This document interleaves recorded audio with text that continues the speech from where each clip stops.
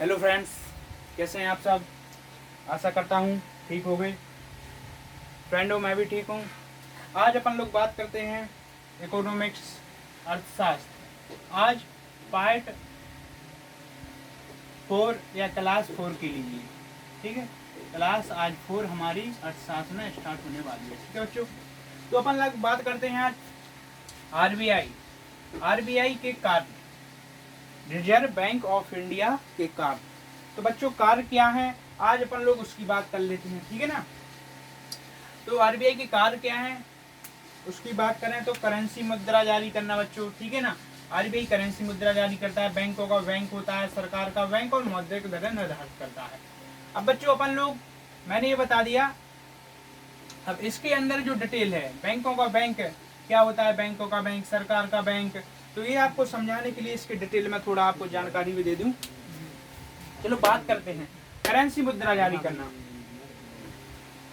1 रुपए, इसकी बात कर लें, करेंसी मुद्रा जारी करना 1 रुपए या उससे कम, 1 रुपए या उससे कम मुद्रा जो होती है बच्चों, वो वित्त मंत्रालय जारी करता है, ठीक है ना। 1 रुपए या उससे कम जो मुद्रा होती है वह वित्त मंत्रालय जारी करता है। उस पर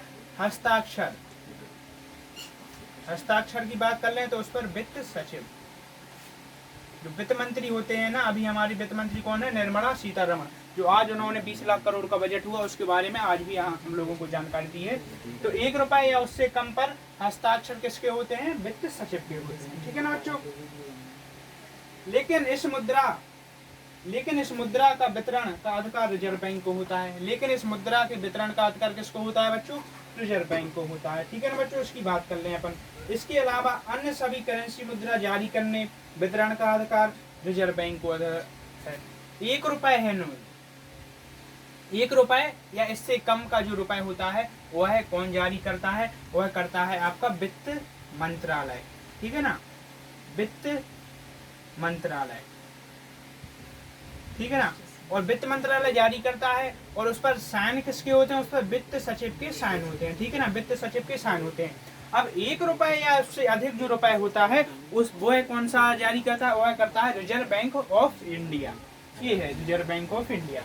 उससे अधिक रुपए कौन जारी करता है, रिजर्व बैंक ऑफ इंडिया, ठीक है ना बच्चों। देश के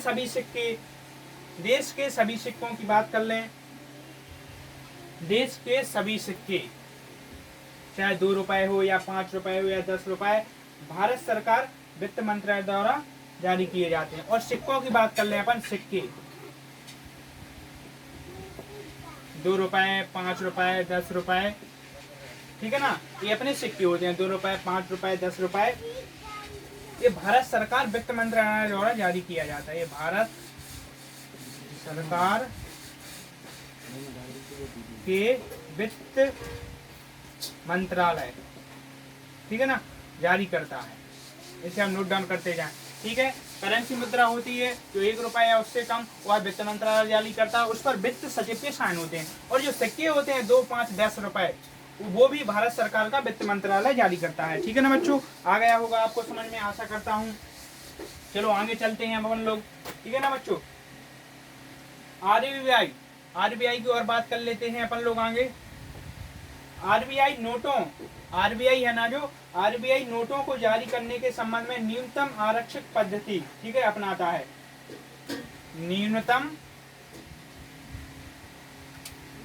आरबीआई नोटों जारी करने के संबंध में न्यूनतम आरक्षक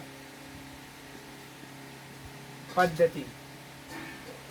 अब आपको केवल एक पॉइंट याद रखना, आरबीआई नोटों को जारी करने के संबंध में न्यूनतम आरक्षक पद्धति अपनाता है, ठीक है ना बच्चों। ये आप नोट डाउन करते जाए, मैं भी बोल रहा हूँ। ये कब से अपनाई जाती है, ये बताइए, 1957, ठीक है ना बच्चों। ये सन भी ये नोट डाउन कर लें आप लोग, ठीक है। इसके तहत आरबीआई के पास न्यूनतम आरक्षक पद्धति जो 1997 के तहत आरबीआई अपना रहा है, उसके तहत है ना, 200 करोड़ रुपए का सोना, 200 करोड़ रुपए का सोना, ठीक है ना, उसके तहत 200 करोड़ रुपए का सोना और विदेशी प्रतिभूति और विदेशी प्रतिभूति विदेशी प्रतिभूति बच्चों क्या क्या होती है, तो वो मैं आपको बता दूं। 115 किलो सोना प्लस आपका हो जाएगा 85 करोड़ का प्रतिभूति, 85 करोड़ रुपए। अब एक बार मैं फिर जल्दी जल्दी समझा दूं। आरबीआई 1997 से न्यूनतम आरक्षण पद्धति अपना रहा है। उसके तहत 200 करोड़ का सोना रखना पड़ता है और विदेशी प्रतिभूति 115 किलो सोना और 85 करोड़ रुपए के रूप में रखना पड़ता है। ठीक है ना बच्चों? ठीक है, करेंसी मुद्रा का आपका पूरा नोट डाउन हो गया। अब हम करते हैं दूसरे पॉइंट की बात। दूसरे पॉइंट की बात कर लें तो बच्चों, आरबीआई बैंकों का बैंक। ठीक है ना बच्चों? आरबीआई है ना जो बैंकों का बैंक बोला जाता है उसे। ठीक है, यह है, इसे हम नोट डाउन करते हैं। आरबीआई है ना, उसे बैंकों का बैंक बोला जाता है और यह आरबीआई सभी बैंकों को लाइसेंस प्रदान करता है। ठीक है ना बच्चों? ये पॉइंट आपका ये भी हो गया। ठीक है ना, यह बैंकों का बैंक होता है और यह सभी बैंकों को लाइसेंस प्रदान करता है। ठीक है ना बच्चों? और उनका CRR अपने पास रखता है। ये बैंक है ना जो बैंकों का बैंक, उनका न्यूनतम, ठीक है ना बच्चों, न्यूनतम आरक्षित अनुपात, न्यूनतम आरक्षित अनुपात, उसे क्या बोलते हैं अपन? CRR। ठीक है ना बच्चों? तो आरबीआई है ना जो बैंकों का बैंक होता है और सभी बैंकों को लाइसेंस प्रदान करता है एवं न्यूनतम आरक्षित अनुपात CRR अपने पास रखता है। ठीक है ना बच्चों? ये भी आपको समझ में आ गया होगा। अब आरबीआई सरकार का बैंक भी होता है बच्चों। अब सरकार का बैंक, अब तीसरा पॉइंट की बात कर लें अपन लोग। ठीक है ना, तीसरा पॉइंट है सरकार का बैंक। और केंद्र और राज्य सरकारों के बैंकों से संबंधित सभी का रिजर्व बैंक करता है, जैसे सरकार और जमा राशि स्वीकार कर भुगतान करना और आवश्यकता पड़ने पर सरकार को ऋण प्रदान करना और आर्थिक सलाह एवं परामर्श करना। ठीक है, केंद्र और राज्य सरकार से संबंधित सभी कार्य भी आरबीआई करता है। ठीक है ना, इसे सरकार का बैंक कहा जाता है। राज्य सरकार के लिए भी करता है और वह केंद्र सरकार के लिए भी यह कार्य करता है। ठीक है ना बच्चों?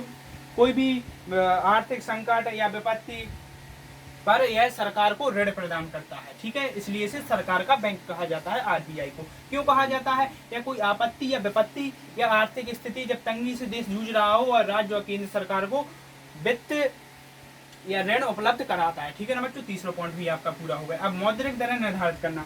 अब मौद्रिक दरें को निर्धारित करने के बाद ऐसी दरें जिनका निर्धारण रिजर्व बैंक करती है उन्हें मौद्रिक दरें कहा जाता है। ठीक है ना बच्चों? तो इसमें कुछ नहीं पढ़ना आपको तो वैसे ही पॉइंट ऑफ व्यू देखना है। तो मौद्रिक दरें क्या है? ऐसी दरें जिनका निर्धारण reserve bank of India RBI करता है। ठीक है ना बच्चों? मौद्रिक दरें निर्धारित करना मतलब ऐसी दरें जिनका निर्धारण रिजर्व बैंक ऑफ इंडिया करता है। आशा करता हूं आप लोगों को ये पॉइंट समझ में आ गए होंगे। अब अपन लोग चलते हैं आगे की ओर। ठीक है, स्क्रीनशॉट लेते जाना बच्चों, क्योंकि टारगेट पे थे जैसा कि मैं आपको बता चुका हूं। और अपने माता पिता के प्रति बच्चों पूर्ण समर्पित रहें, क्योंकि माता पिता का अगर विश्वास आपके लिए टूटता है तो बच्चों ये आपके लिए सबसे क्षतिपूर्ण बात होगी। क्योंकि माता पिता का विश्वास ही आप में हौसला देता है, आप में सच्चाई के प्रति, लड़ने के प्रति जागरूक करता है। इसलिए बच्चों माता और पिता का विश्वास लाइफ में कभी मत टूटने देगा। वही आपके लिए जीवन संघर्ष के लिए एक आशीर्वाद के रूप में अपने पास बनाए रखना। ठीक है ना बच्चों? तो अपन आगे चलते हैं। ठीक है ना, रेपो दर और रिवर्स दर, अपन बात करते हैं रेपो दर और रिवर्स दर, इनकी बात कर लेते हैं। ठीक है ना बच्चों? तो रेपो दर यहाँ पर ये पहला पॉइंट में लिखती हूँ। ठीक है ना बच्चों? इसकी बात कर लेते हैं। ठीक है ना बच्चों? जो रेपो दर एवं रिवर्स दर है इसकी बात कर लेते हैं। वह दर जिस पर सभी वाणिज्यिक बैंक अल्पकाल के लिए रिजर्व बैंक से ऋण लेते हैं। रेपो दर क्या होती है? अभी अपन इसकी बात कर लें। ओनली रेपो दर वह दर होती है जिस पर सभी वाणिज्यिक बैंक अल्पकाल के लिए आरबीआई से ऋण लेते हैं। किससे? आरबीआई से ऋण लेते हैं, वह होती है रेपो दर। रेपो दर सभी वाणिज्यिक बैंक अल्पकाल के लिए आरबीआई से ऋण लेते हैं, उसे रेपो दर कहते हैं। और रिवर्स दर क्या होती है बच्चों? इसका विपरीत रिवर्स रेपो दर, जिसमें रिजर्व बैंक अल्पकाल के लिए बैंकों से ऋण लेता है। अब मोटी मोटी बातें हैं, पहला पॉइंट समझिए। रेपो दर क्या है? इसमें वाणिज्यिक बैंक आरबीआई से ऋण लेते हैं। ठीक है ना बच्चों। और रिवर्स रेपो दर, रिवर्स रेपो दर, इसमें क्या है, इसमें क्या है, इसमें उल्टा हो जाएगा, इसमें आरबीआई वाणिज्यिक से लेगा ऋण। ठीक है ना बच्चों, ये भी आपको समझ में आया। अब मोटी मोटी रेपो दर क्या होती है, जिसमें वाणिज्यिक बैंक आरबीआई से अल्पकाल के लिए ऋण लेते हैं, और रिवर्स रेपो दर क्या होती है, जिसमें आरबीआई वाणिज्यिक बैंकों से ऋण लेती है। ठीक है ना बच्चों, ये भी आप समझ चुके होंगे। चलो अब आगे चलते हैं जल्दी जल्दी। टारगेट बेस्ड है बच्चों, जैसा कि आपको पता हो, इसलिए मुझे भी तेजी से आपका कोर्स कंप्लीट करवाना है 10 मिनट में। ठीक है ना बच्चों, अब अपन दूसरे पॉइंट की बात कर लेते हैं, बैंक दर। वह दर जिस पर रिजर्व बैंक सभी वाणिज्यिक बैंकों को दीर्घकाल के लिए ऋण उपलब्ध कराता है, इसे आप नोट डाउन कर लीजिए। बैंक दर, बैंक दर क्या है, वह दर जिस पर आरबीआई सभी वाणिज्यिक बैंकों को दीर्घकाल के लिए ऋण उपलब्ध कराता है। दूसरा पॉइंट की बात कर लें, बैंक दर। ठीक है ना बच्चों,